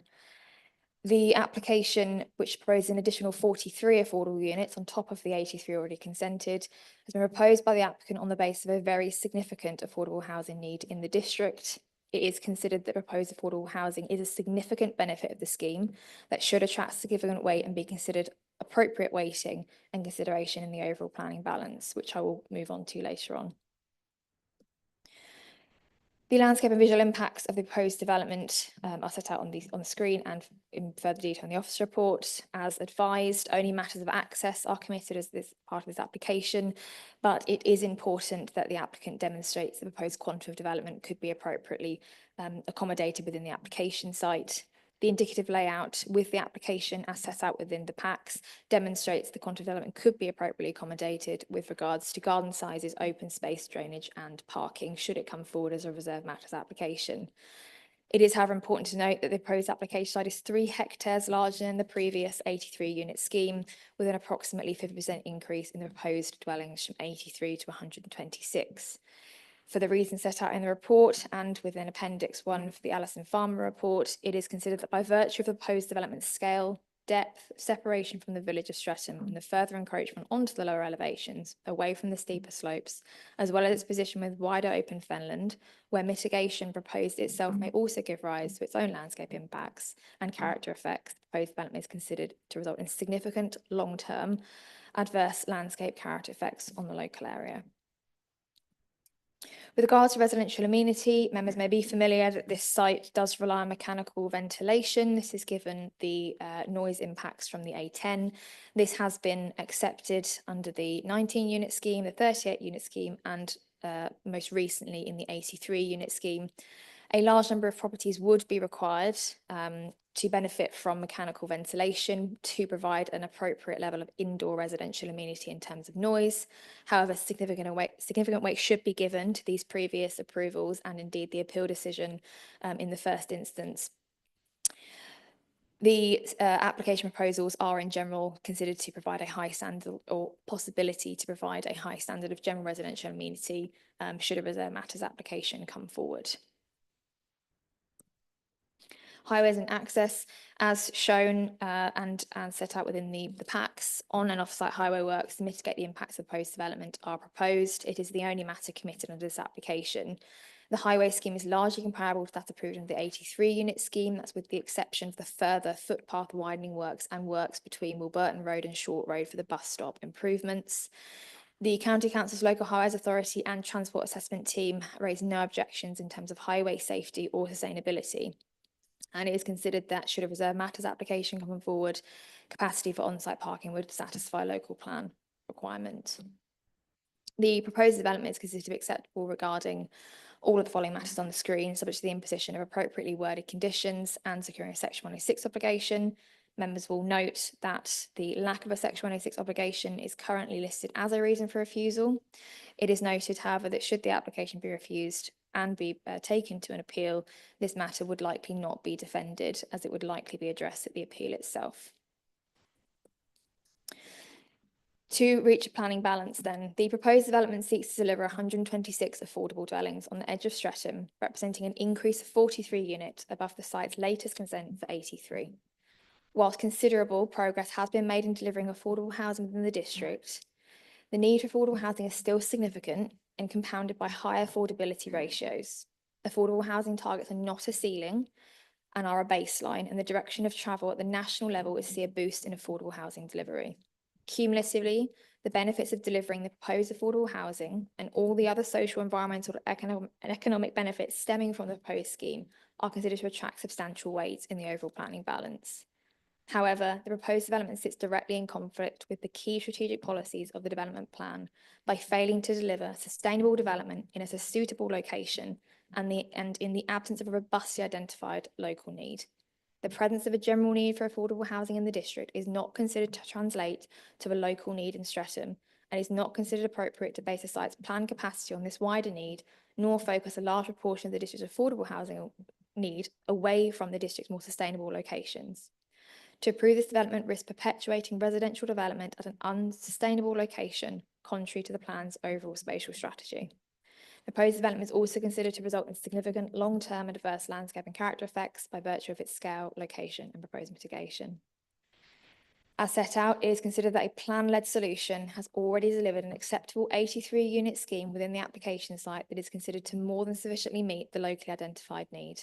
In the round, the scheme is therefore considered to fundamentally conflict with the development plan as a whole in failing to deliver sustainable development, and this is considered to attract substantial weight.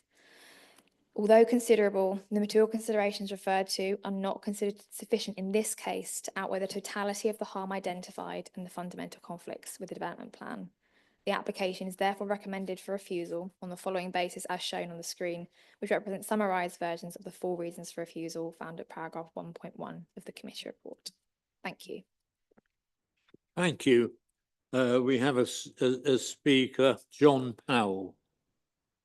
Would you like to come up to the desk? You have 5 minutes. We run a traffic light system, and please make sure you press the microphone. Thank you. Whenever you're ready. Thank you, Chair. Committee members were of the opinion that the traffic on Cambridge Road was too fast for non-motorised users crossing that road when they visited on the 4th of September, which was the application for the 83 homes. And subsequent to that, at the meeting, they suggested that a crossing be made following recommendation from Stantec, an independent opinion on road conditions. Subsequent to that, the developer agreed to that suggestion, and part of the requirement of that was to have a road safety audit. And that stage 1 road safety audit did mention the risk on several occasions within that report of the risk of collisions with pedestrians and rear-ending. That was with respect to the crossing, the Puffin crossing that was being proposed. Cambridge Road does not qualify as a 30-mile-an-hour road under the county's April 2023 operational standards because the length of highway under consideration is less than 600 metres. However, central government guidance, which was issued in March 2024, so that's after the publication, the publication of the operational standards for the county, gives more of a gist that that 30 miles an hour should be considered along this stretch of the road if the development were to go forward. The reasoning behind that is that the recommendations are that the minimum length still be a village speed limit, be applied only for 600-metre stretches, but that traffic authorities may lower this to 400 metres or in exceptional circumstances 300 metres. So currently the length of residents along the west side of the Cambridge Road south of the roundabout goes to number 44, which is 200 metres. But if this development were put in place, then that would be an additional 100 metres, bringing it up to what national guidance suggests is a minimum for consideration under exceptional circumstances. And I propose that here there are exceptional circumstances, given the 50% increase over the 83 homes that have been proposed for this particular application. Thank you. Thank you, Chair.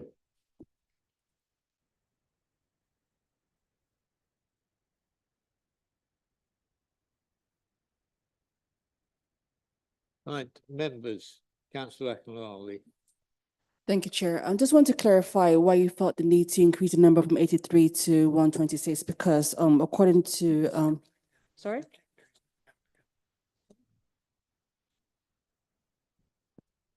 Sorry, is it the county? You can continue. Yeah, sorry. So basically, I wanted to ask about the roads, because that's one of the questions I asked in regards to the speed limits, because I know one of the neighbors mentioned the issue of the speed being too fast at 40 miles per hour. So are you saying that if the development went ahead, that you will be considering reducing that speed on the road to 30 miles per hour? And also, would you also consider putting traffic controls, so not just the puffing pedestrian crossing, but also traffic lights as well on the road? The present consideration is for a puffing crossing, which does include signalised. In fact, I'd suggest that it be a toucan crossing rather than a puffing crossing, but that's a separate issue that I might raise elsewhere at another time. But yes, I am proposing that the 40-mile limit is excessive if there's a large development that requires lots of people crossing that road, and that 30 miles an hour is a suitable limit. And it would also benefit the residents across the whole of that stretch on the west side of Cambridge Road, not just people who would live in this current proposed development. Thank you. If I can just interrupt, you are a neighbour and you live near the site. Indeed, I live behind the garage, between the garage and the bowling club, and I'm the person who put in the suggestion to planning about the speed limit being reduced, and I've suggested that on each occasion, both with the 16, the 36, the 83, and now 126. I was just trying to clarify that. Yeah, thank you so much. So for some reason, that doesn't. I'm not the developer. Yeah, thank you. All right. So continue if you want to. So thank you for so much for bringing that suggestion, because that was one of the things that came to mind, because I've got young children, and one of the things that came to mind when I went there this morning was how busy the road was, and I wouldn't feel comfortable as a mother for my kids to be on that road. I think it's very dangerous, and thank you for bringing that suggestion for the 30 miles per hour. Yes, with children crossing, even with adult supervision, my feeling is that a 40-mile-an-hour limit, especially given the road safety audit does mention collision with pedestrians on several occasions within their report. We have confirmation from the county that that is a concern. And just looking at it at the moment, there was a collision on Cambridge Road further north near a roundabout where somebody was trying to cross the road. And I can tell you that parents take their children by car from the west side of Cambridge Road to the primary school because they don't like crossing the road. They take the children by car, and there is very restricted access for parking outside Streatham Primary School. Thank you. Okay, can we, if we've got any more questions for Mr. Powell, who is a local resident and can answer quite quickly, I'm sure, when he's answered the question. Members, Councillor Wilson. As a local resident, are you against this proposal, or in favour of it? I have my apprehension about it. I think we need more housing. I'm a little bit sceptical this is the right place, and I'm a little bit sceptical about the drainage in that area. And the numbers on the periphery of the village do make me a little bit uncomfortable. But if this is the only place where there can be additional housing within the constraints of the village, then so be it. And I do worry that this was going to be appealed if you refuse it on the grounds of being excessive, and that the government, given the way that government has been making announcements recently about planning, that they would push ahead with this development despite rejection by this committee. Any more questions for Mr. Powell? No, thank you very much indeed. And we now have Chris Frost, the agent, please. And you've got 5 minutes, Mr. Frost, and you can please press the microphone on.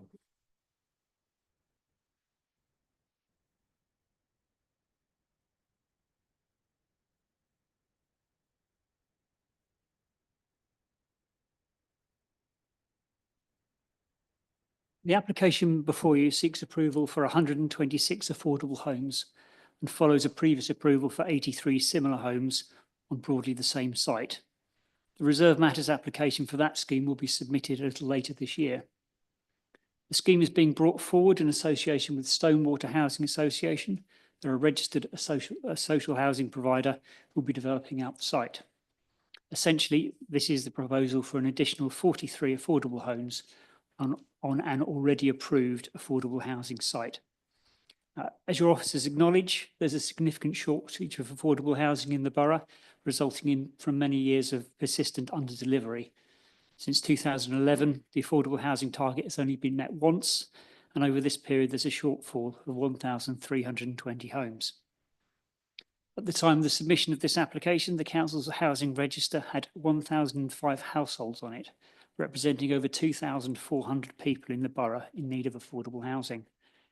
There are far more households on the housing register in the villages of Streatham, Little Thetford, Wilburton and Haddenham than the 126 homes proposed under this application, all of whom constitute a local need. There have also been over 300 households on the housing register who have expressed a preference to live in Streatham. We believe that this demonstrates a clear local need for affordable housing, which is a material consideration in determining this application. Your officer's report sets out the view that while the 83 affordable homes already approved are welcome, the additional homes will be better directed towards larger settlements within the district. However, there are no other sites sitting waiting for 43 affordable homes to come forward. Refusing this application will only mean that 43 fewer homes are built. The committee specifically considered the landscape impact of the 83 unit scheme under the previous application and determined that no unacceptable harm would arise from the development. The current proposal is larger than the approved scheme, but it's fundamentally the same in terms of its illustrative layout.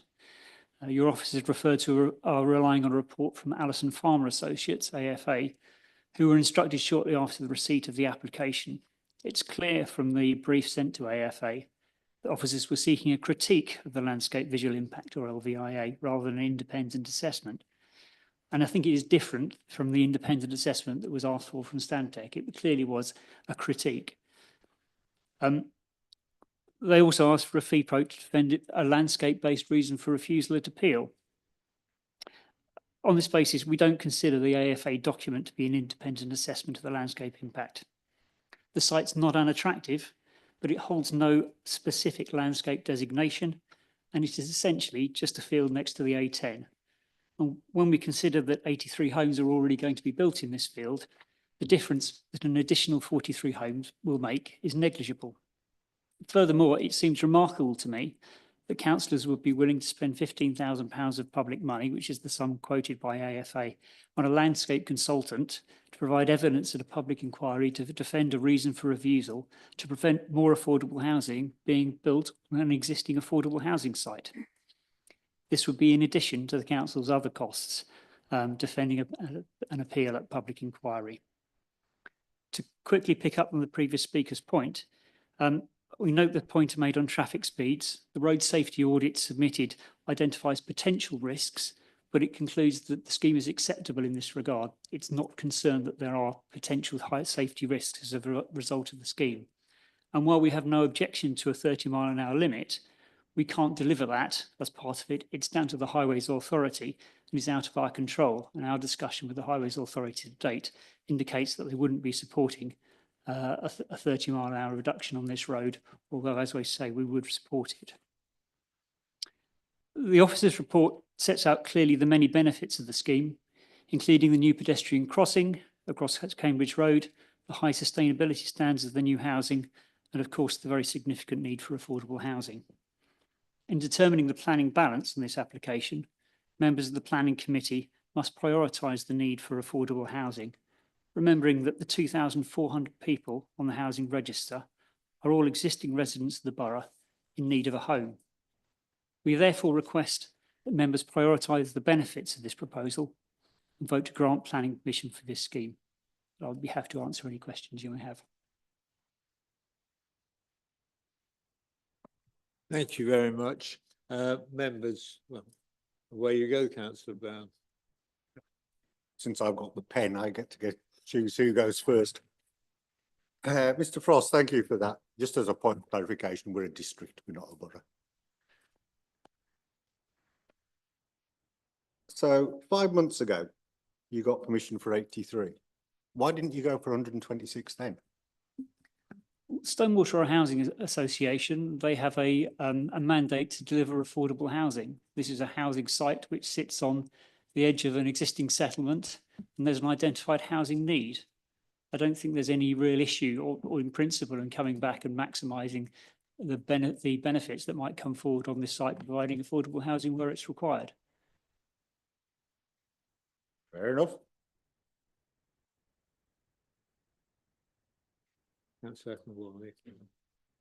Thank you, Chair. Going back to what he just mentioned, because obviously, according to what is mentioned here, it says up to 22 dwellings are required in this area. That means, but you have done obviously 83 houses, that was before. So I still don't understand why you need more than 83, because with that obviously comes more risk involved, including more children as well in the area, which then goes back to the issue of the traffic speed on the road. Because that means obviously, and obviously going back to the play area, that will need to obviously be considered as well, because obviously a bigger demographic, or a larger population in that area. So can you clarify again as to why it has to be that particular area? Thank you. Well, as I say, this is a site which Stonewater are bringing forward, and it has capacity on it for more units that it already has consent for. I don't agree with the premise that increasing the number of people living on this site would result in an unacceptable impact in terms of road safety or safety for the residents.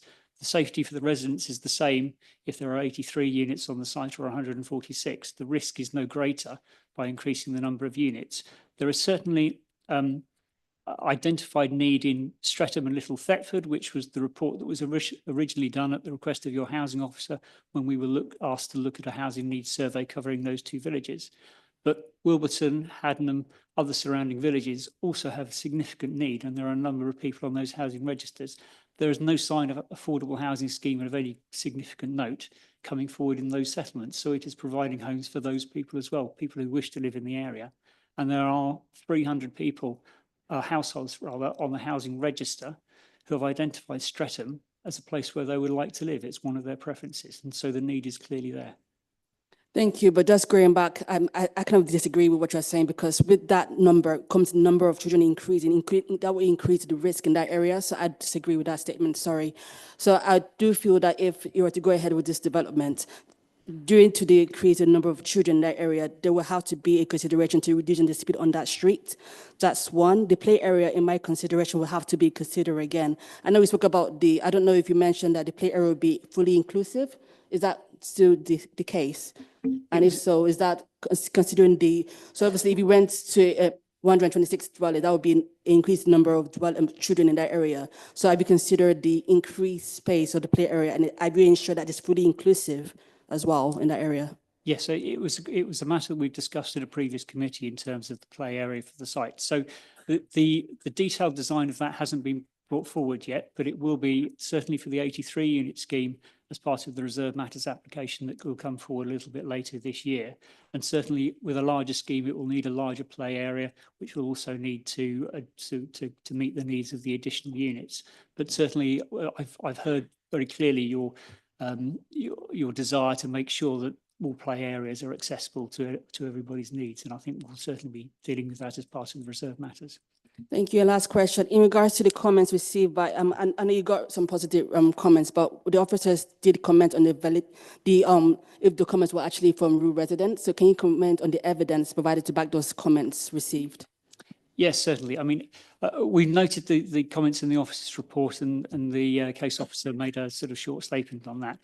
So there is quite a very detailed methodology statement that Just Build Homes use when seeking resident support and ensuring that they have the correct rights and ability to put forward those messages of support for those individual people. So they contact them usually through social media in the first instance. Sometimes people contact them, sometimes it goes the other way. But there's always a discussion, a telephone conversation with an individual and they only work in very close areas around the within the district which are being looked at, and not at the other end of the district. They ensure that they've spoken to the person, that they've expressed this very specific view, and they've received their consent to submit a letter of support or a note of support in relation to an application. So it's not a case of people making up addresses or names or putting things forward from way out of the district, or just coming into a pool of people who might generally support it. It needs to be targeted and focused and brought forward, and which is why the methodology statement, which was sent over to you specifically, I think, by officers, so that you could see exactly how they do it. They stand by that. We don't know why the 3 letters that were sent out to from people who had previously supported the scheme have been returned. We've asked your officers for confirmation as to who that is, so that we can then go back and check it. We'd be happy to provide evidence, but they record every conversation, so we have evidence to ensure that nothing's made up, and that works for us as a client to them, as well as providing that information to you. Thank you. Thank you. Councillor Colbert. Thank you, Chair. It concerns me that we've got an ever-increasing cul-de-sac development, which feeds onto a very, very busy main road. I wondered if you have already, or will in future, be contemplating developing towards the A1123, so at least there would then be 2 accesses into the development. There are no plans to do that at the moment. There's no ownership other than the application site, which is before you. There's nothing that I'm aware of that would be likely to bring that forward. There is only one access into the site. It's quite difficult to get a new access onto the A10. The Highways Authority wouldn't be supporting another access, but I do note concerns. Okay, so you haven't explored trying to acquire an access onto the 1123 at all? No. Okay, thank you. Councillor Ambrose Smith. Thank you. The newly elected mayor of the combined authority, in his election campaign, issued a manifesto with pledges of various things, one of which was dualling the A10. He was duly elected, and he has yesterday issued a press release confirming that he intends to push these forward. Will these impact on this development, do you feel? Has this been considered? I'm going to be perfectly honest and say I wasn't aware of that specifically. We do have a planning permission in place at the moment, which the Reserve Matters application is coming forward. So as far as I'm aware, the access onto the road will be unchanged, because that's in line with what the consent that has already been granted is. I don't know what's happening on the other side of the road, but no, it's not something which has specifically been discussed as part of this. Councillor Horgan. Thank you, Chair. I'll start with the easy question, if I may. So with the approval, I presume you've been the agent for all of the applications from the start, yes? Yes, that's right. Oh, good. Then you should know the answers, hopefully. So for the 83 homes, how many acres or hectares roughly was that due to cover? From memory. Apologies, because we have to include quite a lot of the road in as part of the application. Yes, site correct. consent. So the new application adds about 3 hectares onto the site, but I think the front half of the site is only about 4 hectares. Okay, so you're increasing the number of dwellings by 43. Yes. So that's about a third more, roughly. No, sorry, 50% more than the present approved. And you're increasing the amount of land that you're going to build these 126 houses on as well, yes? Yes, that's correct, yeah. But you're not going to be building any closer to the 18 road than you were originally with the 83, or for that matter, for the 19. No, that's correct. The illustrative layout is still an illustrative layout. Appreciate that. So that will need to come forward and reserve matters, but it hasn't changed. If you look at the illustrative layout, you can see the additional 43 units are more spaciously laid out as you extend further into the site. So I don't know if it's possible to bring that up, but it's that's why the additional 43 units is over 3 hectares, while as the front of the site is around about 4 hectares.